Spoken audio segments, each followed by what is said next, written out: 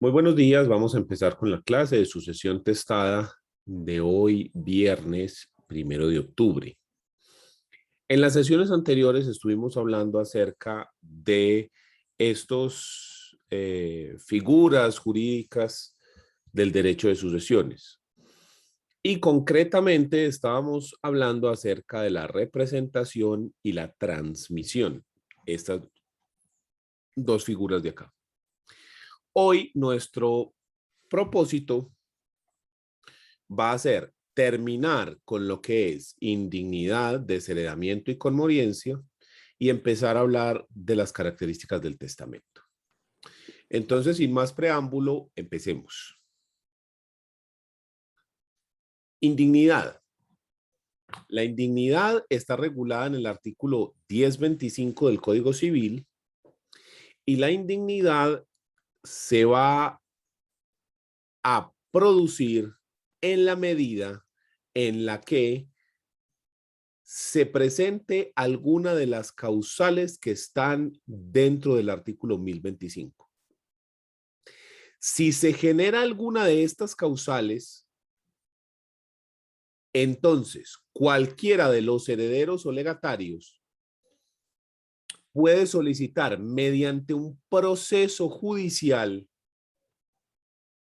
que se declare indigno de recibir herencia o legado, porque también funciona para los legados, que se declare indigno de recibir herencia o legado a fulano de tal, porque ocurrió alguna de las causales que ya enseguida vamos a revisar. Ese proceso se va a presentar después de fallecido el causante. El proceso de indignidad se va a presentar después de fallecido el causante y se va a presentar ante el mismo juez que conoce de la sucesión, si es una sucesión de mayor cuantía. Esto debido al fuero de atracción que está regulado en el artículo 23 del Código General del Proceso. En ese artículo 23 dice: cuando la sucesión que se esté tramitando sea de mayor cuantía, el juez que conozca de ella y sin necesidad de reparto será competente para conocer de todos los juicios que versen sobre nulidad y validez del testamento, reforma del testamento, desheredamiento, indignidad o incapacidad para suceder, petición de herencia, reivindicación por el heredero de cosas hereditarias, etc. Entonces, este artículo 23 dice que si la sucesión es de mayor cuantía, el juez que conoce de la sucesión también conoce de la indignidad. Y ya dijimos que la indignidad se puede predicar para el que va a recibir herencia y también para el que va a recibir legado, siempre y cuando estemos presentes en alguna de las causales que nos propone este Código Civil en el artículo 1025.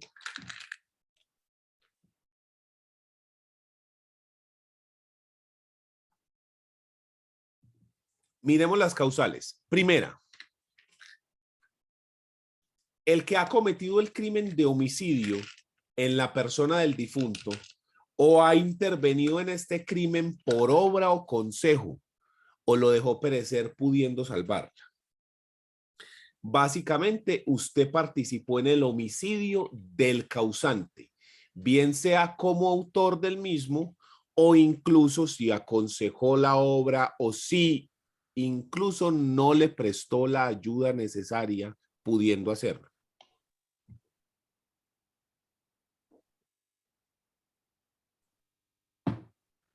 El problema de esta causal es que requiere sentencia penal ejecutoriada. Todas estas causales van a requerir que se demuestre que efectivamente ocurrió el supuesto de hecho del que estamos hablando. ¿Y cómo demuestro yo que una persona participó de una manera u otra en el homicidio del causante? Tiene que haber un proceso penal donde se determine efectivamente la participación de ese sujeto en el delito. Si no, no se da. Entonces esa característica transforma a esta causal y a muchas de las que vamos a ver a continuación en que sea muy difícil que ocurra. Porque, como lo mencionamos ya, tiene que haber un proceso penal. Vamos a pasar a hablar de la segunda causal.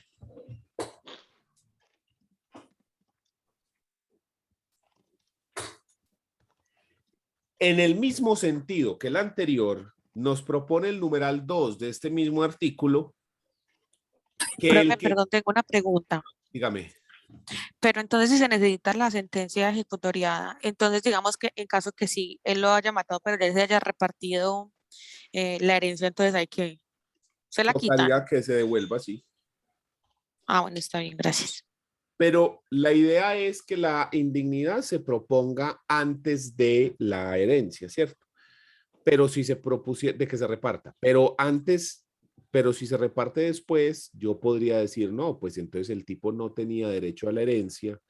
Entonces, al no tener derecho, si se le reparte, eso genera un enriquecimiento sin causa, por lo cual debería entonces devolver los bienes, lo cual sería todavía ponerle muchísimo más problemas de los que ya por sí tiene la indignidad sola, ¿cierto? Pero yo lo veo perfectamente viable. Segundo, el que cometió atentado grave contra la vida, el honor o los bienes de la persona de cuya sucesión se trata, o de su cónyuge, o de cualquiera de sus ascendientes o descendientes, con tal que dicho atentado se pruebe por sentencia ejecutoriada.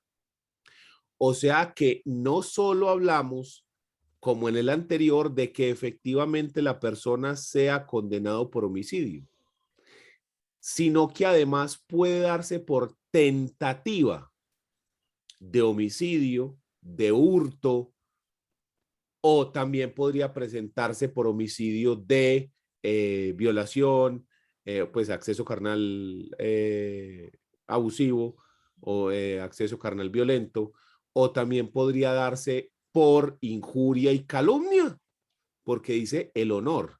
No es muy claro cuando se dice el honor a qué se refiere, entonces se supone que se están protegiendo los bienes jurídicos como el patrimonio, el buen nombre, la libertad, la dignidad humana, etcétera. Entonces, cualquiera de esos que ataque esos bienes jurídicos, pues entonces también podrían ser objeto de esta causal.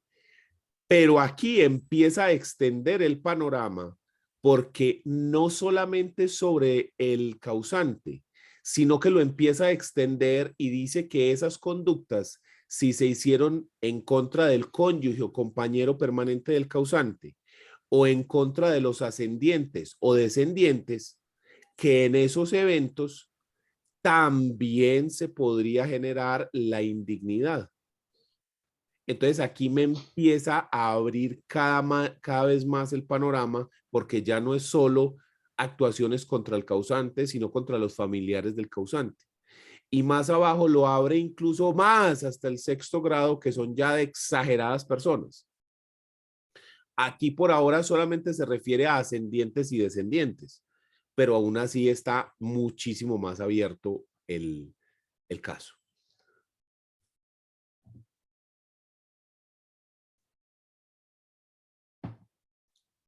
Tres. Tercera causal. El consanguíneo dentro del sexto grado inclusive que en el estado de demencia o destitución de la persona de cuya sucesión se trata no la socorrió pudiendo.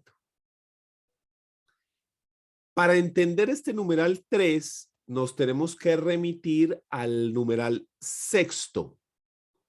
Miremos lo que dice el numeral sexto para entender ese numeral 3. Dice, el que abandonó sin justa causa a la persona de cuya sucesión se trata, estando obligado por ley a suministrarle alimentos. El que abandonó, ¿sí?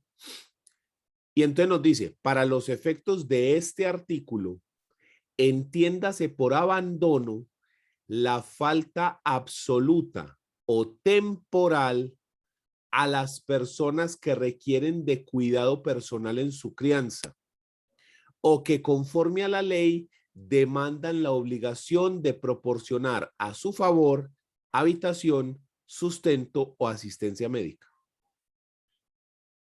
Entonces aquí, en este numeral sexto, nos definen a qué se refiere el legislador cuando habla de abandono. ¿Qué es eso? ¿Cuándo se constituye y cuándo no? Entonces, cuando mencionamos en el numeral 3 que el consanguíneo dentro del sexto grado, que en estado de demencia del causante no la socorrió, nos referimos a que no le brindó los cuidados o incluso el dinero que era necesario para ayudar pues a la vida de esta persona. ¿Listo? Cuarto, el que por fuerza o dolo obtuvo alguna disposición testamentaria del difunto o le impidió testar. Este también se torna muy difícil de probar. Porque por fuerza o dolo obtuvo una disposición testamentaria. El problema es cómo demuestro yo que esa disposición testamentaria se obtuvo precisamente con dolo o con fuerza. El problema aquí es probatorio. ¿De que se puede presentar? Claro que sí. Y deben haber muchos casos repetidos con esa circunstancia. Pero no hace más fácil determinar cómo efectivamente le impido yo testar a la persona, ¿sí? O cómo hago que me dé una disposición testamentaria específica. Esa es la parte que no queda tan claro. De que se puede presentar, sí, pero sí nos deja como un manto de duda importante sobre cómo efectivamente se hace. Y una vez que la conducta esté realizada, que se impidió testar o que se obtuvo una disposición de manera dolosa, hay que probar que eso existió. Y ahí es donde se propone el problema más importante del artículo 1025, que es la prueba. Porque siempre que yo voy a aducirle a un juez que debe declarar indigno a Pedro, Juan, Alberto o a María, tengo que, además de mencionarle la causal, probarla. Probarla. Entonces se vuelve muy difícil. Listo. Quinto, el que dolosamente ha detenido u ocultado un testamento del difunto, presumiéndose dolo por el mero hecho de la retención. Si usted esconde el testamento, entonces se puede aplicar la indignidad. Hoy en día, ese numeral quinto no tiene tanta aplicación. ¿Por qué? Porque resulta que hoy en día los testamentos que se tienen que hacer por escritura pública, esos testamentos además de la escritura pública, deben registrarse en la Oficina de Registro de Instrumentos Públicos, donde se registra la compra de bienes inmuebles. Ahí mismo se registra.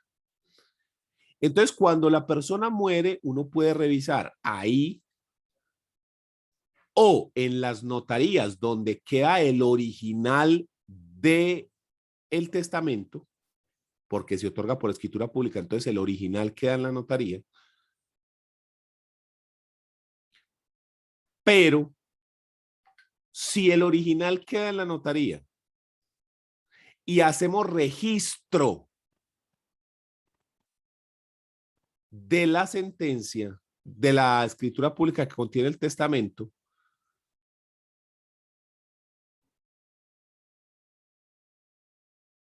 entonces, ¿cómo así que va a ocultar el mismo? Sí, porque las personas, si usted lo tiene oculto, pues podría ir a la notaría y sacar uno nuevo. Y ya. Entonces, el ocultamiento hoy en día resulta, yo creo que de difícil ocurrencia y está muy complejo. Hay que entender que la norma se dio en un marco donde ni siquiera existía la Oficina de Registro de Instrumentos Públicos, ¿sí? Entonces, en ese marco, pues digamos que sí era más viable que las personas pudieran ocultar el testamento. Y esto es más propio como del cine y de la televisión, esas circunstancias en las cuales se oculta el testamento. Si ustedes se vieron la película de Disney Ratatouille, recordarán que Gusteau, el gordito, el dueño del restaurante que se muere, hace un testamento y lo deja guardado ahí en el escritorio, creo que es. Y en el testamento dice que todos los bienes le corresponderán a sus herederos si los tuviere y que si no tiene hijos, entonces todo el restaurante y todo le quedaría al su chef, que es el segundo de Gusteau. Y básicamente la película, el nudo central de la película se basa sobre eso, sobre cómo el otro señor quiere quedarse con todo el restaurante, so pena de que el otro es el hijo, ¿sí? Entonces, lo que le digo, esto es más propio como de las películas y las novelas que realmente lo que puede ocurrir en la vida real, porque se han creado unos mecanismos para que sea muy difícil esa ocultación. ¿Quién tiene alguna duda? Profe, yo una pequeñita. Dígame. ¿Ese testamento puede solamente reposar en notaría o obligatoriamente se tiene que registrar en la oficina de registro de instrumentos públicos? En las dos partes de manera obligatoria, es decir, los Ah, ok. testamentos tienen que estar obligatoriamente por escritura pública, entonces tiene que estar allá obligatoriamente. Y además tienen que registrarse obligatoriamente. ¿Sí? ¿Alguna otra pregunta?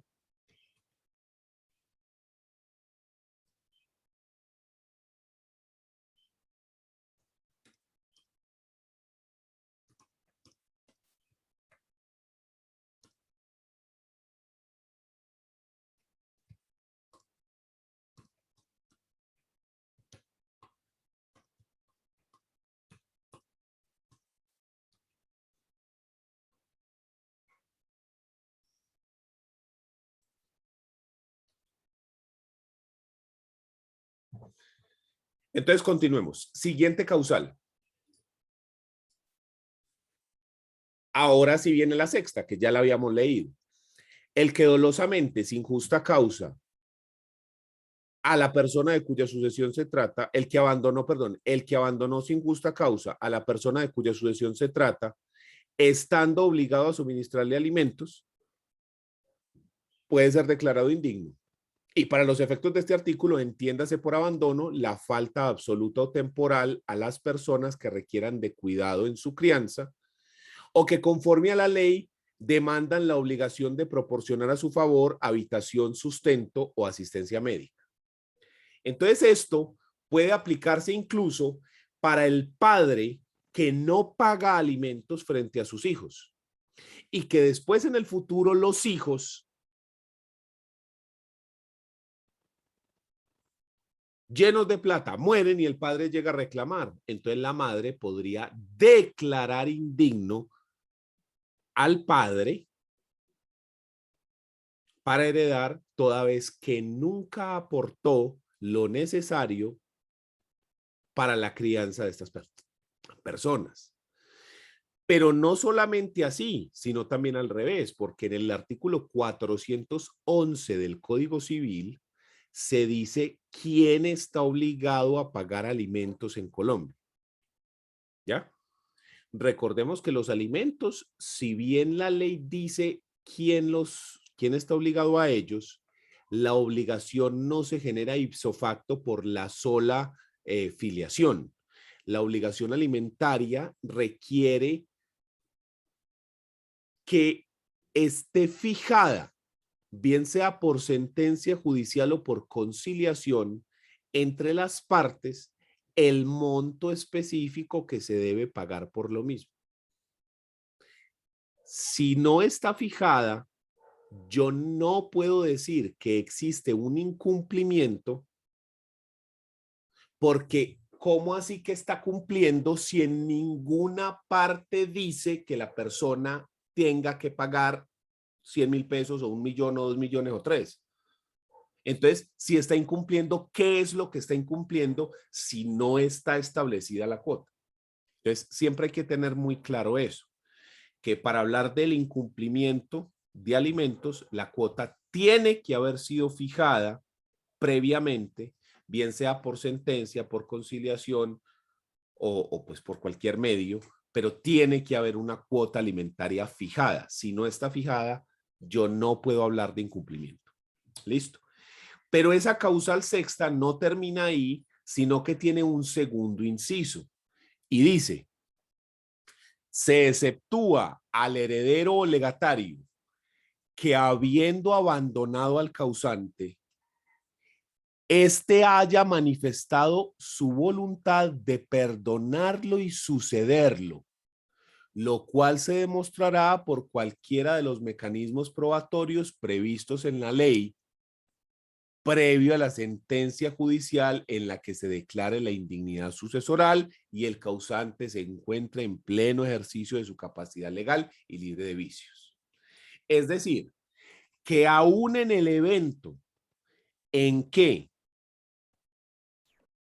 la persona haya abandonado al causante, si este último manifiesta la voluntad de perdonarle eso y de darle herencia aún en ese evento, pues entonces se habla de que hay una condonación, digámoslo de esa forma, de esa conducta, que se le ha perdonado y que por lo tanto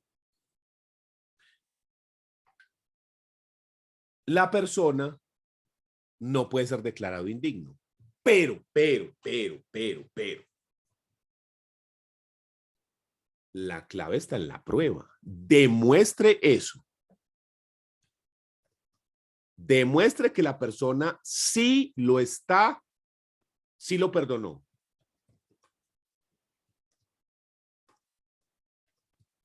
¿Alguna duda?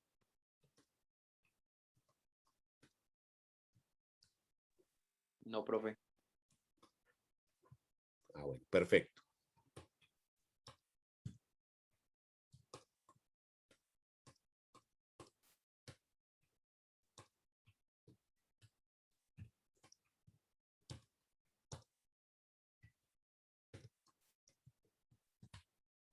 Siguiente. Séptima. El que hubiese sido condenado con sentencia ejecutoriada por la comisión de alguno de los delitos contemplados en el título sexto, capítulo primero del Código General, del Código Penal, siendo el sujeto pasivo de la conducta la persona de cuya sucesión se trata. Al igual que los primeros, esto requiere sentencia penal ejecutoriada y toda la cosa. ¿Listo? Y octavo, el que abandonó sin justa causa y no prestó las atenciones necesarias al causante, teniendo las condiciones para hacerlo. Si éste en vida se hubiese encontrado en situación de discapacidad. Pero es muy importante esa salvedad que dice ahí de teniendo la posibilidad de hacerlo. Porque recuerde que nadie está obligado a lo imposible. Entonces, si yo no puedo prestar la asistencia que la persona necesita, no estoy obligado a ello. Entonces, por eso es muy importante ese asunto, de que la persona de manera clara tenga la obligación y tenga con qué cumplirla. Si no tiene con qué cumplirla, aun cuando la obligación esté fijada, la ley nos dice que nadie está obligado a lo imposible. ¿Listo? Entonces, estas son las causales de indignidad. La indignidad, como les digo, es un proceso declarativo donde le vamos a solicitar al juez que declare indigno a un heredero o a un legatario para que esta persona no pueda recibir la herencia o legado dentro de la sucesión del causante. Ese proceso declarativo puede ser solicitado por cualquiera de los interesados dentro de la sucesión. Es un proceso que se hace posterior a la muerte del causante y que, como vimos según el artículo 23, se realiza ante el mismo juez que conoce de la sucesión si esta última es de mayor cuantía. Si no, pues entonces se deben aplicar los factores que determinan la competencia para saber quién es el juez competente en ese determinado evento. ¿Listo? Tan simple como eso. Es bastante extraño que se produzca una indignidad. Es muy difícil porque ustedes vieron que las causales no es sencillo que aparezcan y a veces es más complejo aún que haya la prueba.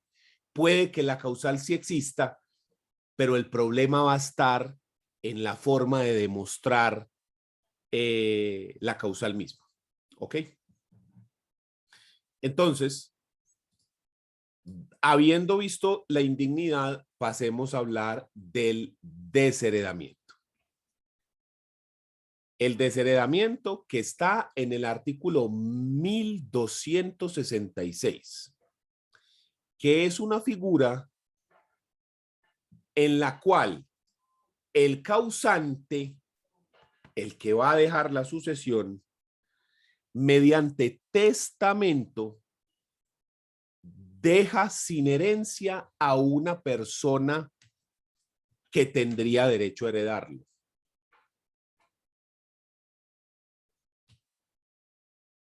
Entonces, en esta es el causante dentro del testamento que deja una disposición específica para dejar sin herencia a un fulano. La indignidad se da para herencia o legado, el desheredamiento solamente para herencias. ¿Quién me dice por qué el desheredamiento es solo para herencias y no para el legado? ¿Quién me dice?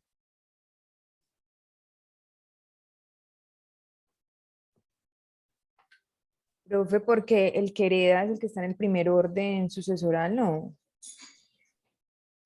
O sea, el legado es una persona que puede ser heredero, pero le puedo dejar algo adicional. Y puede ser cualquier persona de la calle. Ajá. Mientras que el ¿Y el legado heredero depende de qué? ¿De qué depende el legado? De la voluntad. del causante. En cambio, la herencia depende de la ley, ¿sí o no? Sí. Pero entonces, ¿aquí qué tenemos? Si el legado depende únicamente de la voluntad de la persona, del causante, pues yo no lo tengo que desheredar, simplemente no le dejo nada, ya, no le dejo legado. Entonces ya, tan ahí, ya, quedó sin legado. En cambio, como los herederos, hay herederos forzosos a los que yo les tengo que dejar sí o sí. Esta figura está creada es para esos, para los herederos forzosos. ¿Ya? para que si un heredero forzoso ha incurrido en alguna de las causales que ya vamos a leer, yo le pueda quitar el pedazo que le corresponde como castigo.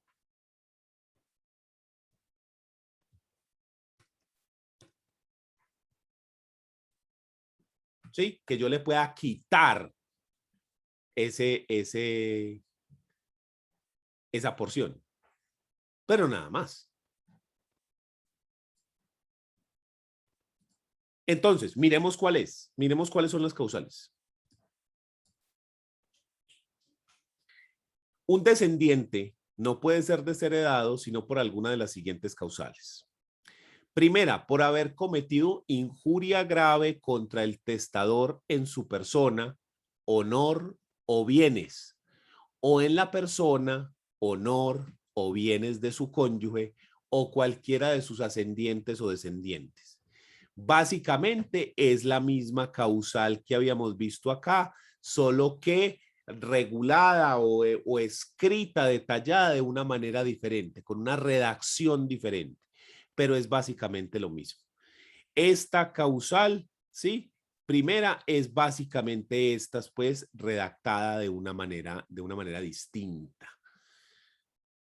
Pero al igual que acá en el desheredamiento, en la indignidad, en el desheredamiento, pues yo necesitaría prueba, es decir, una sentencia judicial ejecutoriada donde se determine esa injuria grave, ¿sí? Ese tentativa de homicidio, hurto, etcétera, ese delito que fue cometido en contra del testador o de sus parientes.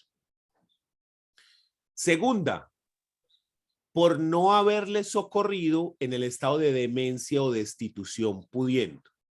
Recordemos que el artículo anterior nos habla a qué se refiere la ley cuando se habla de ese abandono, ¿cierto? Que nos dice, entiéndase por efectos de abandono, la falta absoluta o temporal a las personas que requieran de cuidado personal en su crianza o que conforme a la ley demandan la obligación de proporcionar a su favor sustento o asistencia médica. A eso es a lo que se refiere este numeral 2. Lo cual también puede probarse, pero aquí entonces volvemos con las mismas cosas que habíamos dicho antes. Que si bien usted puede tener una cuota alimentaria fijada, solamente hablamos de que hay una inasistencia en la medida en la que usted sí tiene la capacidad para pagarlo y no lo hizo. Entonces, si usted no tiene la capacidad de cumplir con esa obligación, no estás haciendo un incumplimiento y no podría ser ni declarado indigno ni desheredado en ninguna de las dos circunstancias. No puede darse ni por un lado ni por el otro. ¿Listo? Y a continuación viene por haberse valido de fuerza o dolo para impedirle testar. La persona no se le permitió testar valiéndose de alguna de estas dos condiciones, fuerza o dolo. Esta tercera causal me parece supremamente compleja de demostrar porque a menos que la persona esté como secuestrada o amarrada, pues es muy difícil impedirle testar a alguien. Pueden haber casos, por ejemplo, que es un ancianito y que nunca lo llevaron y que le dijeron entonces que estaba enfermo, que no podía salir, que la pandemia, que una cosa que la otra. Pero ¿qué tanto esa actitud de no vayas a salir, mira que esto, mira que lo otro, mira que la pandemia, mira que el COVID, mira que tal cosa, puede interpretarse como un impedimento para testar? Es demasiado probatorio, profe. ¿Qué? Sí, o sea, y el problema es pruébelo menos. Y es Profe, muy jodido. Dígame. una pregunta. Ahí, esas causales solamente las puede poner el testador. O yo como tercero, como heredero y que conozco la situación, puedo ir a decir, es que él nunca estuvo con mi papá y tengo El como demostrar. desheredamiento por el testador, la indignidad sí por los otros. Pero mira que la Listo. tenemos igual, o sea, es básicamente lo mismo. O sea, aquí está y está acá también en el sexto. Sí, o sea, Es que es más, mira que están dos veces, está en el tercero con el estado de demencia o destitución y luego acá. Entonces, se puede hacer de cualquier forma, pero si son los otros herederos sería indignidad, si es el mismo testador sería desheredamiento. ¿Alguna otra duda? No. Y la última causal, esta última, dice, por haberse casado sin el consentimiento de un ascendiente o sin el de la justicia en subsidio, estando obligado a obtenerlo. ¿En qué casos usted está obligado a tener el consentimiento de los padres para casarse? Solamente cuando contraen matrimonio los menores de 18 y mayores de 14. Recordemos que para el matrimonio civil se requiere que la persona sea mayor de 14 años en Colombia. Si usted es mayor de 14, se puede casar. La cosa es que si es menor de 18, necesita consentimiento de los padres o del juez. Sin embargo, si usted analiza esas normas del matrimonio, se da cuenta que el legislador no trae ninguna sanción al matrimonio si ese mayor de 14 y menor de 18 se casa sin el consentimiento. Es decir, el legislador no considera que contraer ese matrimonio sin el permiso torne el matrimonio en nulo o inválido o inexistente. En ninguna parte dice cuál es la sanción. La única sanción que trae el código para aquel que se casa siendo menor de 18 y mayor de 14 sin el consentimiento de los padres es esta. Es decir, que el matrimonio sigue siendo válido, pero tiene este problema. Es el único evento en el cual se genera, lo cual pues llama la atención de que esté regulado de esa manera tan particular. Dígame. O sea que si yo me caso, yo tengo menos de 18 y me caso y si no tengo el consentimiento, o sea, esa es la única sanción que yo tengo, entonces no tiene El sentido. matrimonio sigue siendo válido, eso es increíble, ¿cierto? No tiene sentido prohibirlo. Más Mm. fácil diga, si usted se casa y no tiene consentimiento, no tiene derecho a heredar. Sí. No, porque es potestativo, porque de pronto el papá dice, no, mentiras que sí, no hay problema, nada. Esto sí es una norma que se le nota el polvo, hermano, se le notan los años por encima a esta norma, se le notan ni que a los años, se le notan los siglos, viejo. ¿Por qué? Porque aquí, ¿qué es lo que se está diciendo? Hombre, el papá como que ya había arreglado un matrimonio con otro y el pelado se le casó fue con otra, ¿sí? O la muchacha se le casó fue con otro y usted ya había arreglado el matrimonio por otro lado. Sí, estamos pensando es como que el matrimonio como negocio, como era antes en la antigüedad, que las familias hacían negocio con los matrimonios, que esta familia que eran productores de algo querían extender sus negocios o querían subir, digamos, en la escala social, entonces casaban a otro con una familia un poquito más poderosa y así se hacía una unión y entonces, ¿sí me entienden? Mira que eso está pensado más en ese lado, como que, con que me jodiste el negocio, pues entonces no te voy a dar participación en la herencia, así sea poquita, te jodites. Por Profe, ese lado. pero ¿Cómo? profe, buenos días. Buenos Hace días. poco leí una sentencia de la sala civil donde se autorizaba ya sin el permiso de los padres casarse a los menores de 14 hasta los 18. No, es que usted se puede casar sin el permiso, es que lo que te digo, no hay ninguna sanción, la sanción es esta, ¿sí? La sanción es esta, pero usted se puede casar perfectamente, no tiene ningún impedimento, lo que te digo, el código no señala una sanción por casarse sin ese consentimiento, la sanción es esta, o sea, el matrimonio es válido, no es inválido, la sanción es esta. La pregunta es,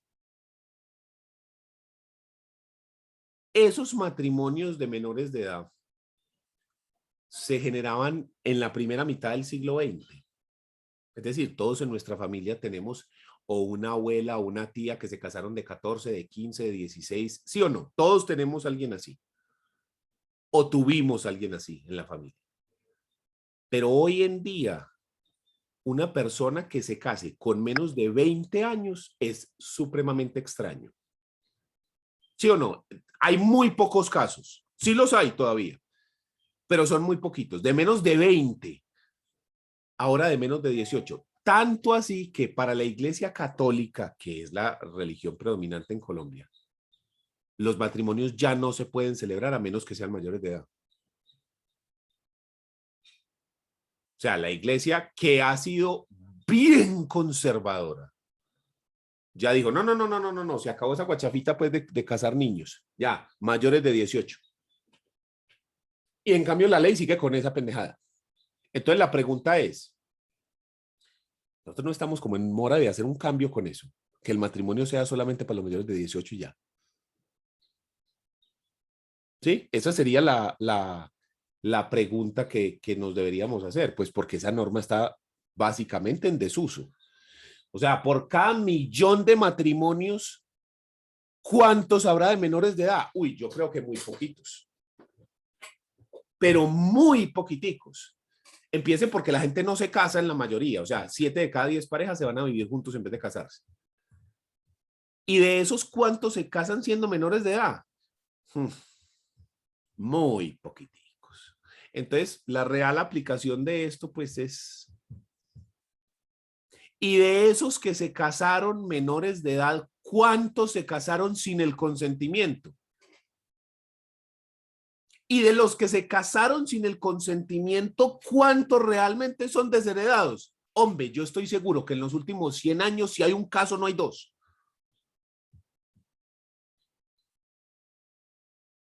¿Ya?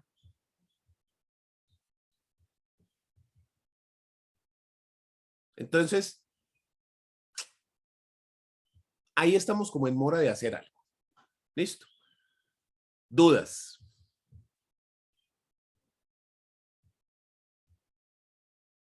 Ok, entonces pasemos al siguiente y último fenómeno de los que venimos hablando.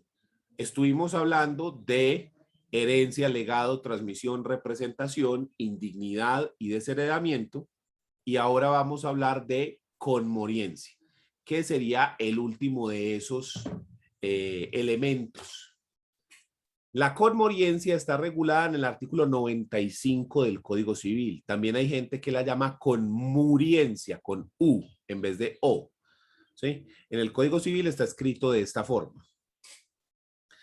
Dice, si por haber perecido 2 o más personas en un mismo acontecimiento, como en un naufragio, incendio, ruina o batalla, o por otra causa cualquiera, que no pudiere saberse el orden en que han ocurrido sus fallecimientos, se procederá en todos los casos como si dichas personas hubiesen perecido en un mismo momento y ninguna de ellas hubiese sobrevivido a las otras.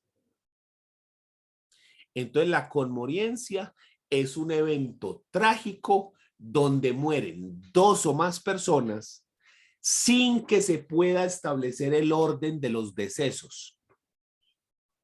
Por lo tanto, la ley determina que todos mueren a la misma vez sin sucederse. Esto lo podemos ver en los accidentes aéreos, en los accidentes de tránsito, en los naufragios, etcétera. ¿Sí?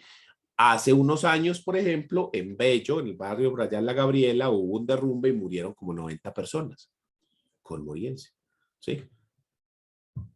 El avión de Chapecoense, conmoriencia. Y así, hay muchos eventos en los cuales esto pasa. ¿Por qué es importante? ¿Por qué esto es importante? Miremos un ejemplo. Tenemos a Pedro. Pedro, casado con María.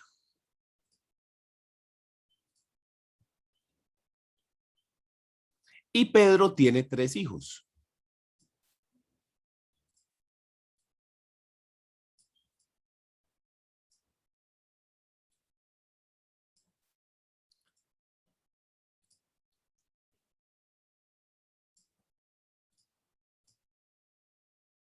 Hugo, Paco, Luis. Vamos a decir que Pedro muere. Listo. Y después de que muera Pedro, a los 6 meses muere Paco. Entonces, ¿qué pasa con la sucesión de Pedro? Repartimos y le damos a Hugo, le damos a Luis y le damos a Paco también. ¿Sí o no? Como Paco muere después, si es antes de haber aceptado o repudiado la herencia, opera la transmisión. Si no, si ya se había repartido la sucesión, entonces hay que hacer la sucesión de Paco. Y entonces, ¿qué pasa con la plata que le toca a Paco? ¿Para dónde se va? Los herederos de Paco. ¿Qué son quiénes? Pues si tiene hijos, los herederos forzosos de entrada. Aquí no hay hijos, nada.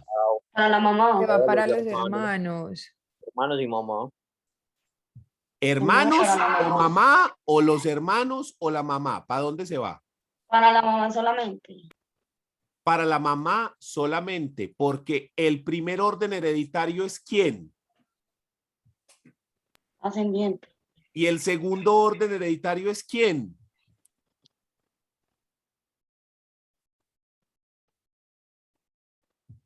El primero es descendientes, el segundo es ascendiente. Y el tercero. Los hermanos. Entonces, si la persona no tiene hijos o nietos, lo heredan sus padres y compañero permanente o cónyuge. Si no tiene esto, los hermanos. Si no, los sobrinos, si no el ICBF. Entonces, en este caso, lo de Paco, lo que le tocó como herencia de Pedro, le corresponde a hijos no tiene, padres. Pedro no, María sí, María. ¿Listo? Pero ¿qué ocurre si Pedro y Paco mueren exactamente en el mismo accidente aéreo? Hay conmoriencia. Entonces quiere decir que murieron a la vez sin sucederse. Entonces la herencia que era de Pedro se reparte entre ¿quiénes? Entre Hugo y Luis. Y a Paco no le toca nada. Porque él nunca fue heredero. Si Paco tiene un hijo, Andrés, Andrés puede recibir en representación. Ahí sí. Porque conmoriencia es una de las formas en las cuales se aplica la representación. Entonces, ahí sí le toca darle a Paco, ¿sí? Y lo representa Andrés. Pero si Paco no tiene descendencia, entonces a Paco no se le reparte nada. La herencia se reparte 50-50. Entonces, mire que hablando de la plata que le toca a María, esto es muy importante, porque si hay conmoriencia, a María no le toca nada. Pero si no hay conmoriencia, a María sí le toca, porque se vuelve heredera de Paco. ¿Y qué pasa si los muertos son Pedro, pero con los 3 hijos? Y a Pedro le sobreviven sus padres,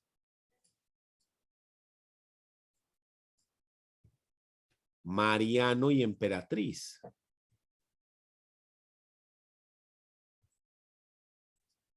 Entonces, ¿qué pasa con la sucesión de Pedro? ¿Para quién se la repartimos? A los papás.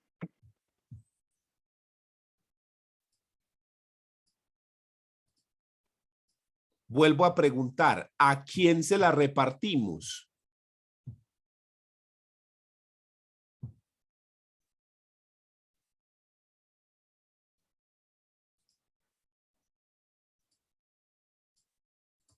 A los tres. A los ¿A papás cuáles y a la tres? cónyuge. A los papás y a la cónyuge, en segundo orden. A los papás y a la cónyuge.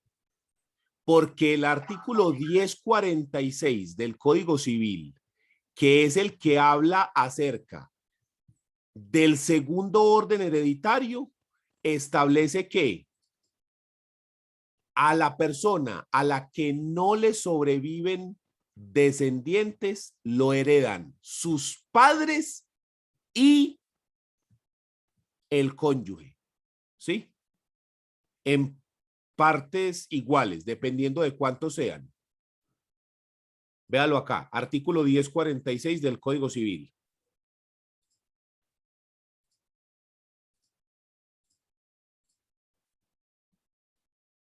Segundo orden hereditario. Si el difunto no deja posteridad, le sucederán sus ascendientes de grado más próximo, sus padres adoptantes y su cónyuge. Entonces, en este caso, si Pedro muere a la misma vez que estos tres, Pedro nunca tuvo descendencia, ¿sí? Entonces, la herencia que le toca a Pedro se reparte para Mariano, para Emperatriz y para María. 33.33 para cada uno. Entonces esa sucesión se va a repartir así.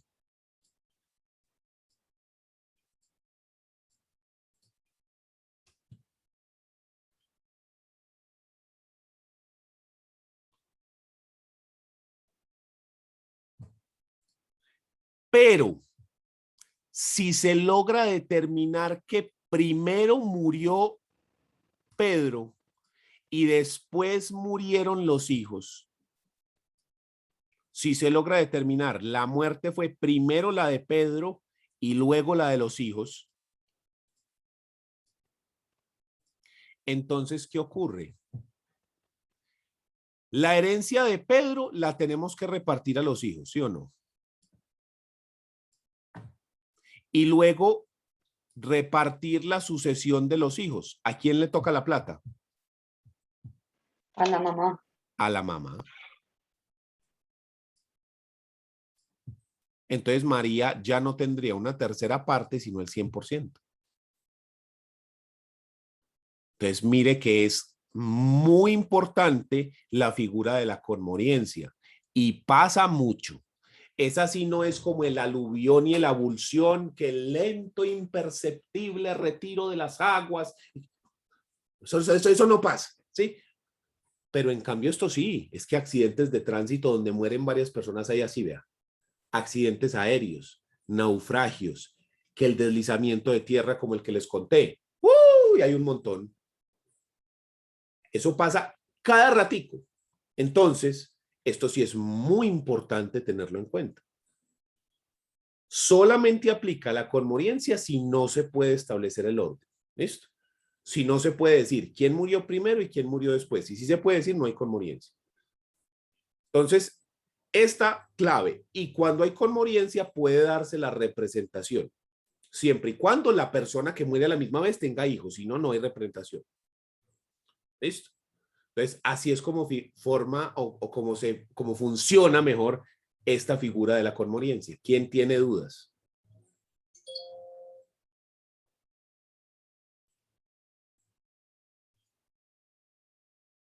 Muy bien. Entonces, con eso vamos a concluir el tema que veníamos tratando acerca de las figuras jurídicas del derecho de sucesiones. Ya las cumplimos todas, como las habíamos puesto en el cuadrito. Vimos herencia, legado, transmisión, representación, indignidad, desheredamiento y conmoriencia. Vamos a pasar ahora, dejando este tema ya concluido, a hablar de otro tema. Vamos a hablar del testamento como tal. Siempre teniendo en cuenta lo que yo ya les he repetido, de que el 95% de las sucesiones en Colombia son testadas. Perdón, son intestadas. El 95% de las sucesiones en Colombia son intestadas. ¿Por qué? ¿Por qué se genera ese fenómeno? Porque el testamento es un acto hiperregulado. Y eso hace que se necesite básicamente la asesoría de un abogado para que el testamento se aplique. Si no, en la mayoría de los casos, el testamento debe anularse, lo que en la calle llaman tumbar el testamento, y eso ha generado también desconfianza de la gente en la figura del testamento, porque la gente tiene la idea de que cualquier testamento se puede tumbar. Eso no es cierto. Si el testamento se hace cumpliendo todos los requisitos de ley, no lo tumba un brujo, ¿sí? Pero si el testamento no cumple con los requisitos que exige la ley, es que no hay que tumbarlo, se cae por su propio peso, ¿sí? No funciona. Entonces, muchas personas, como ven con regular frecuencia que no se aplican testamentos, han dejado de creer en la figura. A mí la figura me parece espectacular, me parece muy bien hecha, me parece que es excelente. El problema es que requiere la asesoría de un abogado, porque si no, una persona del común simplemente no tiene los conocimientos necesarios para hacer un testamento que cumpla con los requisitos de ley. ¿Listo? Muy bien. Entonces, a partir de este momento vamos a empezar a estudiar y a hablar acerca del testamento. Vamos a evaluar esta figura y la vamos a estudiar a lo largo de las próximas clases. Y lo primero que vamos a estudiar, nuestro primer tema, va a ser las características jurídicas del testamento. Características del testamento. Dame un segundo.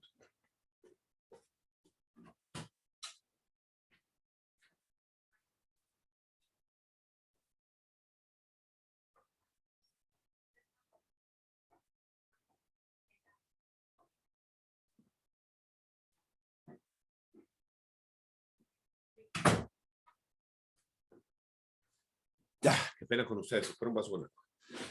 Características del testamento. La primera característica es que es un acto unilateral. Es un acto que depende única y exclusivamente de la voluntad del testador. El testador es quien decide primero si otorga o no testamento. Y depende solo y enteramente de su voluntad. Y segundo, las disposiciones contenidas dentro del testamento son netamente voluntarias.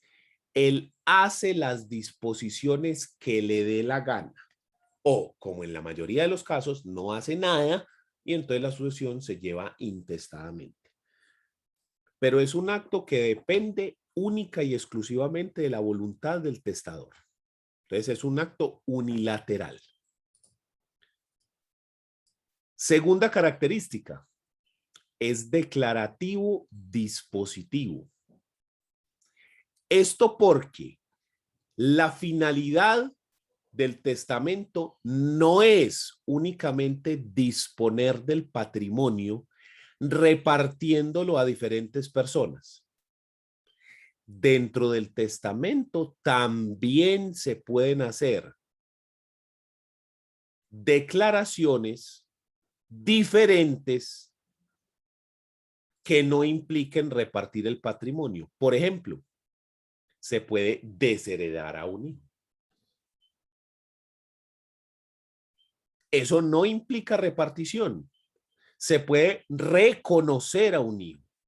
Recuerden que el reconocimiento es un acto voluntario que depende que el padre, como dicen en la calle, le dé el apellido al hijo. En realidad no es que le dé el apellido, sino que lo reconoce como hijo suyo, dándole la filiación y los derechos como tal. ¿Sí? Entonces, el reconocimiento paterno es un acto voluntario cuando son hijos extramatrimoniales. Porque si son hijos matrimoniales, el hijo de mujer casada se presume del marido. Solamente hablamos de reconocimiento paterno porque las madres no necesitan reconocimiento, ya que el hijo se presume de la madre por el solo hecho de haber nacido. ¿Sí? Entonces, aquí estamos hablando de reconocimiento paterno de hijos extramatrimoniales. ¿Listo? Y se pueden hacer diferentes disposiciones que no tienen que ver con la repartición del patrimonio. Otra de esas es el nombramiento de albacea. El albacea es una figura en la cual se le encomienda a una persona que administre los bienes herenciales mientras se realiza la sucesión. Esa persona se va a encargar de mantener los bienes en perfecto estado, de guardarlos en una cajilla de seguridad o en un lugar específico si es necesario, y además de velar porque se apliquen las disposiciones testamentarias. Entonces esta persona puede abrir el proceso de sucesión, por ejemplo. El albacea puede ser un tercero o puede ser un familiar. Dígame.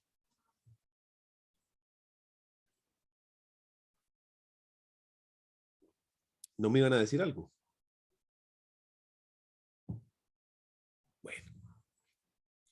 Entonces, ese albacea es una figura como de administrador que se nombra dentro del testamento. Mire que todas las que hemos mencionado, el reconocimiento, el desheredamiento, el nombramiento de albacea, todas son disposiciones que no implican la partición del patrimonio, no implican disposición de los bienes. Entonces, por esa razón es que nosotros decimos que el testamento es un acto dispositivo declarativo. Es más, yo puedo otorgar un testamento sin repartir nada, solo para reconocer, desheredar, nombrar albaceas, etcétera, pero sin que se reparta nada, que la repartición se haga por las reglas de la sucesión intestada, pero puedo hacer el testamento para realizar cualquier otra clase de declaración dentro del mismo. ¿Listo?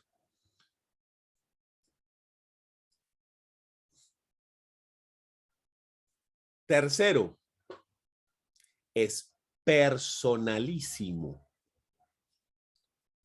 Es un acto que depende de la voluntad de una persona específica y que por lo tanto esa persona puede revocarlo, cambiarlo cuando a bien tenga.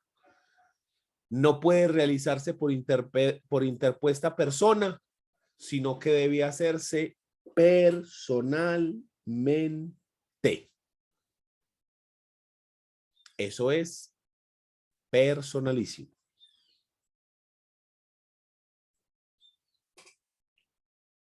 Solemne. El testamento es un acto solemne por excelencia. Puede ser más solemne o menos solemne dependiendo de la clase de testamento. Porque, por ejemplo, los testamentos in extremis, los que se dan en peligro de muerte, son testamentos que por la inmediatez, por la gravedad del asunto, porque se siente la muerte como un hecho inminente, se permite que la persona otorgue testamento sin algunas formalidades. Pero aún en esos casos, el testamento tiene que cumplir formalidades. No es que ya ahí es totalmente consensual y no tiene nada que ver. No. Aún en esos casos se tiene que cumplir con unas cuantas formalidades. Y ya ni qué decir del testamento normal, que tiene que ser por escritura pública, que tiene que ser ante notario, con unos testigos. O sea, que tiene unas formalidades específicas. Eso también hace que choque mucho con la percepción general, porque las personas están acostumbradas por la influencia de la cultura pop y demás a las regulaciones que se dan en otros países, como por ejemplo en Estados Unidos, donde usted puede dejar el testamento en una servilleta. Aquí no, aquí tiene que ser por escritura pública. No puede ser por escrito privado. Y además de eso, tiene que presentarse a la notaría con los testigos que tienen que cumplir unas reglas y fuera de eso tiene que respetar las asignaciones forzosas. Tiene una cantidad de formalidades. Esa es la característica en la que más se excede el testamento y es precisamente la característica por la cual está quedándose básicamente en desuso. Porque las personas no realizan esas solemnidades. ¿Ya?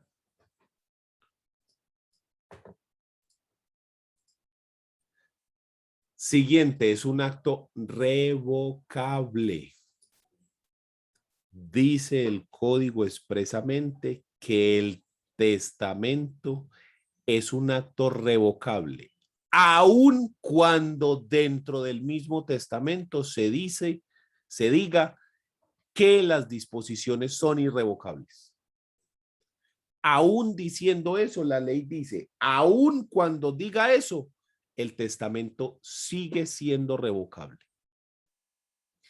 Y usted puede hablar de revocatoria expresa o de revocatoria tácita.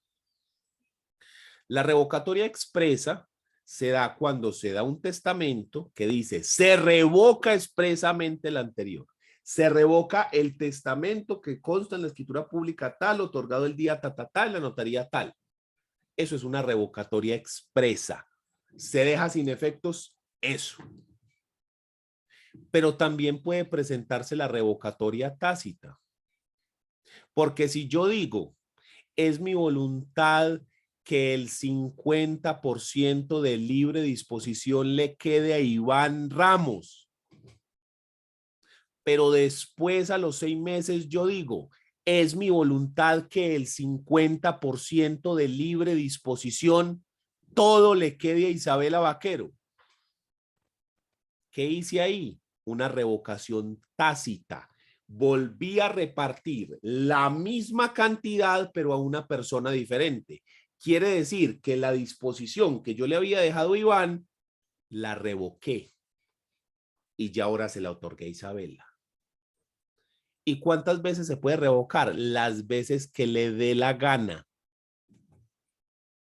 Puede hacer un testamento diario si quiere. Testamento es un acto revocable. Solamente se transforma en definitivo al momento de la muerte del causante. ¿Listo? Siguiente, es a título gratuito. Es decir, que no se puede cobrar ninguna contraprestación por dejar una asignación testamentaria.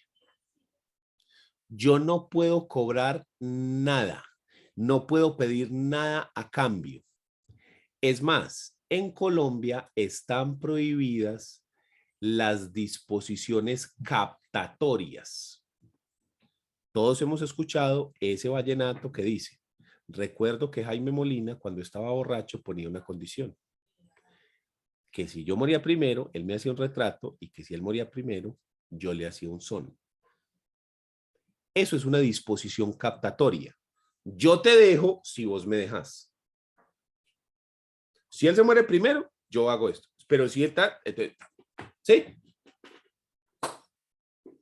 Esos son disposiciones captatorias, están prohibidas porque eso podría generar una condonación de dolo futuro o que a usted lo maten para quedarse con la disposición que ya sabe que le dejaron, ¿sí? Entonces eso no se puede pactar. Esos son disposiciones captatorias. No se puede hacer, están prohibidas en Colombia. Yo no le puedo dejar so pena de que usted me deje, no se puede. Porque yo podría decir, María Fernanda, te dejo mi apartamento, pero si vos en tu testamento decís que me dejas el tuyo. Ella lo hace, yo la mando a matar para quedarme con el apartamento. ¿Se me entiende? Entonces, para evitar ese tipo de conflictos, se eliminan las disposiciones captatorias. Profe, pero sí se puede dejar la nueva propiedad, ¿cierto? Es decir, mientras la persona esté viva. Sí, Hasta pero que lo muera. que no se puede hacer es someter a que eso se deja en la medida en la que a mí me dejen. ¿Sí? Eso no se puede. Eso es lo que no se puede. Yo no puedo decir, le dejo si vos me dejas. No. Eso no se puede.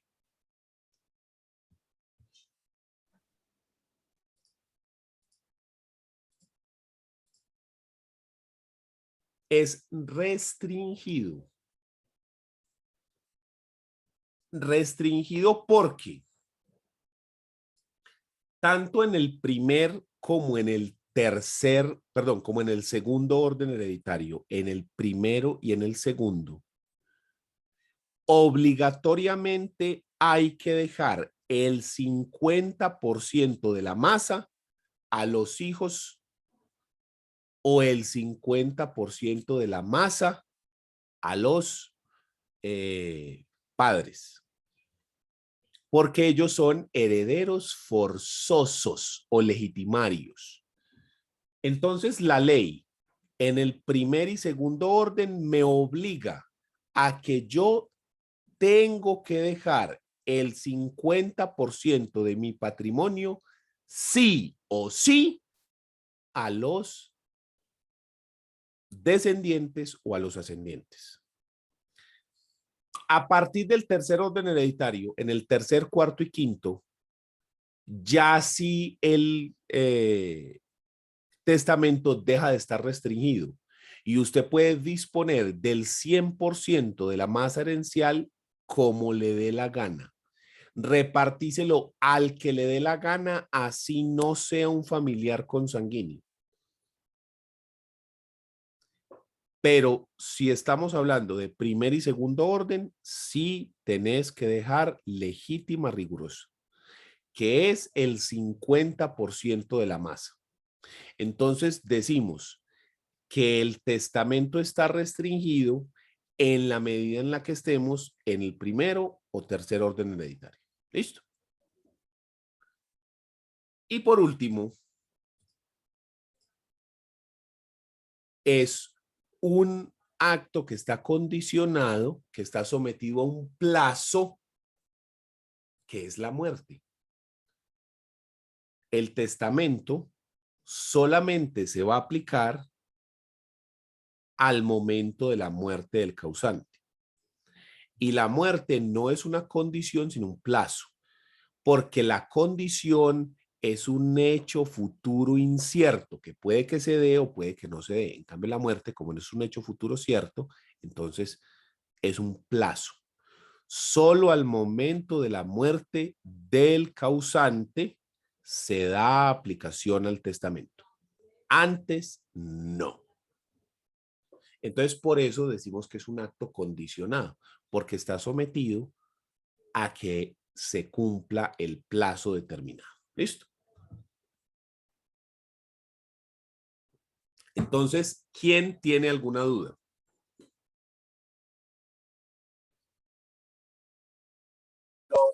Profe, tengo una pregunta. Cuando se acabe esta clase, tú mismo la montas a la página de YouTube. Sí, ya enseguida la monto. Ah, listo, profe, gracias. Profe, yo me devuelvo La un clase pasada poquito. también está ya en YouTube. Sí, la clave pasada también está. Sí, ya está. Muchas Sí, gracias. devuélvase, cuénteme. Profe, a mí no me quedó muy clara la revocatoria tácita. La expresa sí, que es cuando se revoca un testamento al anterior. ¿Y la tácita? La tácita es cuando yo otorgo un nuevo testamento repartiendo de manera diferente a como lo había hecho antes. ¿Ya? ¿Por qué es tácita? Porque si yo digo, para Valentina va el apartamento y después digo, para Tomás va el apartamento, ¿qué pasó con Valentina?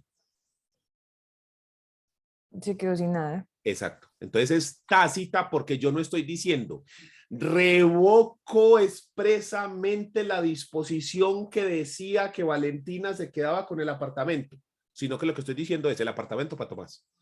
Entonces esa circunstancia hace que la anterior quede sin efectos. Entonces yo siempre tengo que buscar el último testamento. Lo que pasa es que como la ley permite que usted haga todos los testamentos que le dé la gana, entonces la ley siempre está como pensada como que usted hiciera un testamento cada año, ¿sí me entendés? La realidad es que es muy raro, extremadamente raro, de que una persona haga más de un testamento durante su vida. Ya es extraño que lo haga, pero que haga más de uno es supremamente raro. Pero si eso llegase a ocurrir, entonces que usted sepa que el segundo testamento por sí solo no es revocatorio del anterior. Ojo con esto. Hacer dos testamentos no implica que el último revoca el anterior. Por sí solo no, porque los testamentos pueden ser complementarios. Porque en el primer testamento yo repartí solamente la libre disposición y en el segundo repartí las legítimas rigurosas. Mire que no son contradictorios, no se están revocando ellos, sino que se pueden aplicar a la misma vez. ¿Ya? ¿En qué momento se vuelven revocatorios? Cuando el segundo testamento revoca expresamente lo que dijo el anterior o reparte lo mismo que se había repartido antes de una manera diferente. Ahí hablamos de una revocatoria tácita. Pero en los formatos que están en las notarías, generalmente existe una cláusula de revocatoria expresa de otros testamentos. Déjeme le muestro uno.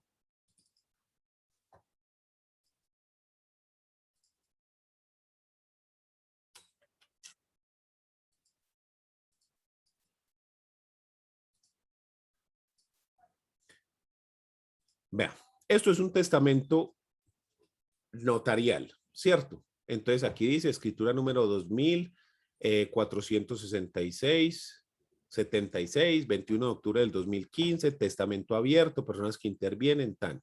Entonces por aquí dice, en la ciudad de Barranquilla, departamento de Atlántico, República de Colombia, a los 21 días del mes de octubre de 2015, ante mí, Carlos José Puche Mogollón, notario primero del Círculo de Barranquilla, y ante los testigos Laura, Justina y María del Rosario, quienes manifiestan que ellos no concurren ninguna de las causales de impedimento para testificar conforme a los artículos compareció la señora Rina Esther Nova Castro. Esta es la testadora. Mujer mayor de edad, soltera, que por medio de este instrumento público consigna su testamento abierto de conformidad con las siguientes cláusulas así. Entonces dice, primero, mis nombres completos son Rina Esther Nova Castro, mujer mayor de edad con domicilio y residencia en esta ciudad, identificada con cédula de ciudadanía número tal de Barranquilla, de nacionalidad colombiana. Tengo actualmente 69 años de edad, nací en la ciudad de Cartagena, Bolívar, el día soy hija de los señores Catalina María Castro Morales y Rafael Eligio Nova Sáenz, ya fallecidos. Soy de estado civil soltera, sin unión marital de hecho y no he tenido ni tengo descendencia alguna. He vivido toda mi vida en el territorio nacional de la República de Colombia, donde tengo mis bienes. Segundo, encontrándome en completo goce de mis facultades legales y mentales, deseo otorgar por medio de este instrumento público testamento abierto con las solemnidades legales. ¿Listo? Entonces no tengo descendencia y entonces que en la actualidad cuento con un apartamento. A la final esto se lo deja la hermana, que instituyo como heredero universal de todos mis bienes a mis hermanas. Octavo, designo como albacea, la que estábamos diciendo, administradora de bienes, a Ediderlinda Nova Castro. Y noveno, Mírelo acá, dice, dejo expresa constancia que antes de ahora no había otorgado testamento alguno. Y si alguno apareciese, lo revoco expresamente. Entonces, esto es una revocatoria expresa. ¿Ya? La revocatoria tácita sería que si antes ese apartamento se lo había dejado a otra hermana y ahora ya se lo deja a esta, pues está revocando tácitamente el anterior. ¿Listo? Entonces, generalmente en los formatos de las notarías está esa cláusula de revocatoria expresa de testamentos anteriores.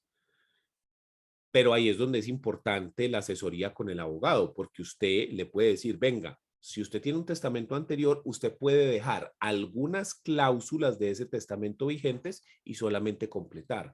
O revocarlo todo y repetir, como quiera. Como quiera. ¿Listo? ¿Alguien tenía otra duda? ¿Había otra manito levantada o algo? Profe, yo te iba a preguntar algo.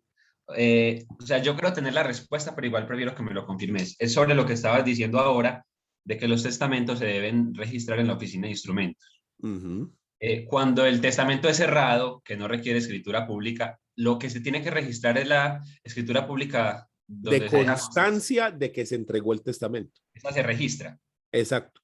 Es una Listo. escritura pública que dice, el día tal, a tal hora, se entregó un sobre que decía contener el testamento cerrado de Pedro. ¿Ya? No contiene las disposiciones, pero se deja constancia de que se entregó un sobre que supuestamente dentro tiene el testamento cerrado. Y eso hay que registrarlo. Listo, profe, gracias. ¿Alguna otra pregunta?